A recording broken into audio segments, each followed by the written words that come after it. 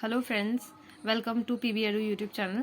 आज जो हमारा लेसन प्लान का टॉपिक है वो है सांख्यिकी, और इसका जो हमारा जो सब्जेक्ट है वो है गणित।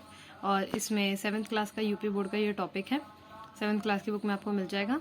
और मैक्रो लेसन प्लान है, तो यहाँ पर ये 35 मिनट का है टाइम। जनरल ऑब्जेक्टिव सारी जो हमारा सब्जेक्ट होता है उसके लिए एक ही होते हैं। और फिर जो इंस्ट्रक्शनल ऑब्जेक्टिव होते हैं जो कि है निर्देशात्मक उद्देश्य, वो स्पेसिफिक होते हैं आपके सब टॉपिक से रिलेटेड, जैसे कि यहाँ पर सांख्यिकी से रिलेटेड होगा। उसके बाद है प्रीवियस नॉलेज। प्रीवियस नॉलेज में हमें बताना होता है कि बुनियादी ज्ञान है या फिर सामान्य ज्ञान है उस टॉपिक के बारे में बच्चे को। उसके बाद टीचिंग एड, जो भी आपके सहायक सामग्री है वो आपको यहाँ लिखनी होगी। नेक्स्ट आपको इस तरह से दिखेंगे कॉलम्स, तो एक के बाद एक हम देखते हैं कि इनका क्या यूज़ है। तो सबसे पहले इंट्रोडक्शन लिखना है हमें यहाँ टीचिंग पॉइंट में। उसके साथ यहाँ पर हमें बिहेवियरल ऑब्जेक्टिव में लिखना है कि हम पूर्वी ज्ञान को नवीन ज्ञान से जोड़ेंगे। और फिर यहाँ पर कुछ टॉपिक क्वेश्चन पूछने टॉपिक से रिलेटेड, ताकि हम टॉपिक तक पहुँच जाए।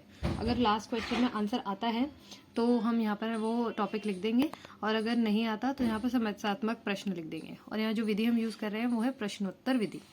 उसके बाद सबसे पहले स्टेटमेंट ऑफ एम, या फिर जो बिगनिंग स्टेटमेंट होता है वो देना ज़रूरी होता है, और टॉपिक को अंडरलाइन करना होता है। तो इस तरह से हम अपने पहले टीचिंग पॉइंट पे जाएंगे। टीचिंग पॉइंट जनरली 3 लिखे जाते हैं। तो टीचिंग पॉइंट के साथ ही आपको बिहेवियरल ऑब्जेक्टिव लिखना है ब्लूम टेक्सोनॉमी को यूज़ करके।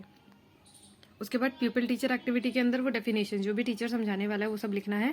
एग्जाम्पल्स जो भी टीचर बताने वाला है वो सब लिखना है। और स्टूडेंट्स प्यूपिल एक्टिविटी विद्यार्थी क्रियाएं के अंदर लिखना है कि विद्यार्थी ध्यानपूर्वक सुन रहा है या लिख रहा है या ऑब्जर्व कर रहा है, अनुलोकन कर रहा है, इस तरह से। उसके बाद है टीचिंग मेथड। तो जो टीचिंग मेथड है वहाँ पर आप जो भी मेथड यूज़ कर रहे हैं, जैसे कि यहाँ पर व्याख्यान विधि, और उसके साथ साथ आप अगर टीचिंग एड यूज़ कर रहे हैं उसके मिनिएचर्स यहाँ पर आपको लगाने पड़ेंगे। जैसे टॉपिक खत्म होता है आपको बोधात्मक प्रश्न पूछना होता है कि बच्चे को कितना समझ आया है। और उसके बाद पूछना होता है इवैल्यूएशन प्रश्न। इवैल्यूएशन मतलब आप बच्चे का मूल्यांकन कर रहे हैं, और यहाँ बोर्ड पे आपको वही लिखना होता है जैसे कि आपने यहाँ पर समझाया है। प्यूपिल एक्टिविटी में, प्यूपिल टीचर एक्टिविटी में जो लिखा हुआ है वही आपको यहाँ पर लिखना होता है। तो यहाँ पर है बोर्ड, जैसा आप असली बोर्ड में लिखेंगे आपको उसी तरह से लिखना है। यहाँ पर डेफिनेशन इस तरह से। तो जैसे कि आपने पूछे बोधात्मक प्रश्न, मूल्यांकन प्रश्न, उसके बाद आपको पूछना लास्ट में विकासात्मक प्रश्न। इससे आप अगले टॉपिक पर जाते हैं। तो अगला टॉपिक यहाँ पर है।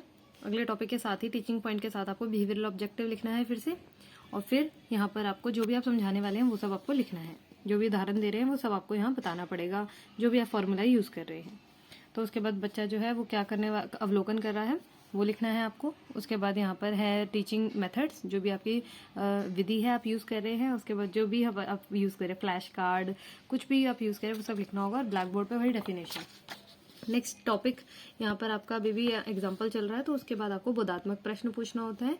तो बोधात्मक के बाद आप पूछते हैं इवैल्यूएशन, मूल्यांकन वाला प्रश्न। तो यहाँ पर इस तरह से पूछना है और उसका आंसर भी दे देना है।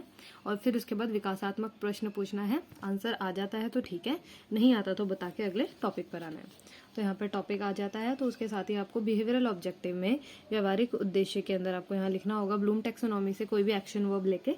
उसके बाद आप नेक्स्ट टॉपिक शुरू कर रहे हैं। जैसे कि यहाँ पर क्वेश्चन है, तो यहाँ पर इस तरह से क्वेश्चन आप समझा रहे हैं बच्चे को 1 बाय 1 यूजिंग अ चार्ट। अगर आप चार्ट यूज़ कर रहे हैं तो यहाँ पर टीचिंग मेथड के अंदर आपको डेमोन्स्ट्रेशन और चार्ट यहाँ पे लगा देना है। उसके बाद यहाँ पर मूल्यांकन भी खत्म होता है। तो आपका जो टॉपिक है जब खत्म हो जाता है तो आपको यहाँ पर रिकैपिचुलेशन करना होता है, पुनरावृत्ति। तो उसके लिए आपको बच्चे को सारा जो रिवाइज कराने के लिए आपको क्वेश्चन कुछ पूछने होते हैं, कुछ जो भी टॉपिक रिलेटेड है। उसके बाद यहाँ पर निष्कर्ष कथन देना होता है। तो यहाँ पर भी टॉपिक को अंडरलाइन रखना है। और उसके बाद आप होमवर्क देते हैं, जो भी आपका होमवर्क एक्सरसाइज से दे रहे हैं, या फिर आप दे सकते हैं रियल लाइफ से रिलेटेड। तो अगर आपको यहाँ आज का लेसन प्लान अच्छा लगा हो, इन्फॉर्मेटिव लगा हो, और अगर आपके काम आया हो ये, तो please subscribe to our channel, ताकि आपको और भी ऐसी वीडियोस मिलती रहें।